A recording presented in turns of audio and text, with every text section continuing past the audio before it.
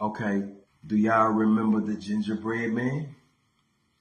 The gingerbread man is not as innocent as it looks. It's not just some children's story. And no, it's not one of my crazy theories. Actually, this is the origin of the gingerbread man. Okay, to understand gingerbread man, how he was originated, we first got to go to the grim story of Hansel and Gretel. So, Hansel and Gretel, which was about an evil witch who made a house out of gingerbread to lure kids so she can eat them. That's what the whole story was about. So the gingerbread man not looking good already, because think about it.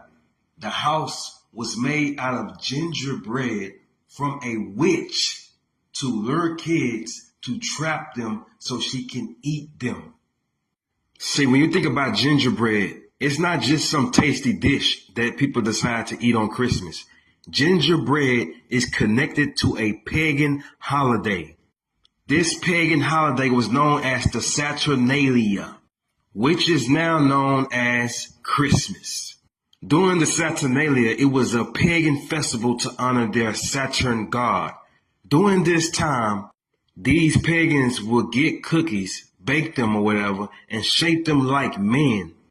Why they shaped them like men is because it was to symbolize human sacrifice to their god, who was Saturn. Because this so-called Saturn god was known for eating his own kids. So yeah, he was a representation of a cannibal, and cannibals eating their own kids, bro. Now off the subject, this depiction is the same depiction they use to create their image of Santa Claus. You get it? You see the kid? He knows when you are sleeping. He knows when you've been good or bad or whatever. Yeah, it represents that he was coming for the kids, but not in a good way, in a negative way, this way.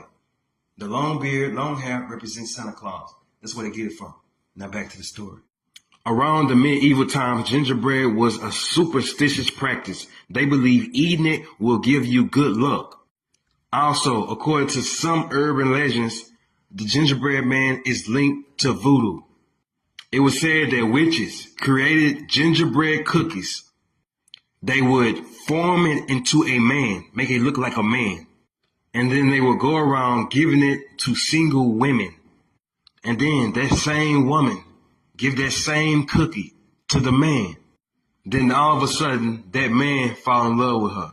So it's like a spell, bro. You know what I'm saying? It's linked to the same thing they do on Valentine's Day with Cupid. Cupid was a pagan god that shoot arrows in your heart and make you fall in love. All of it's the same thing. It's just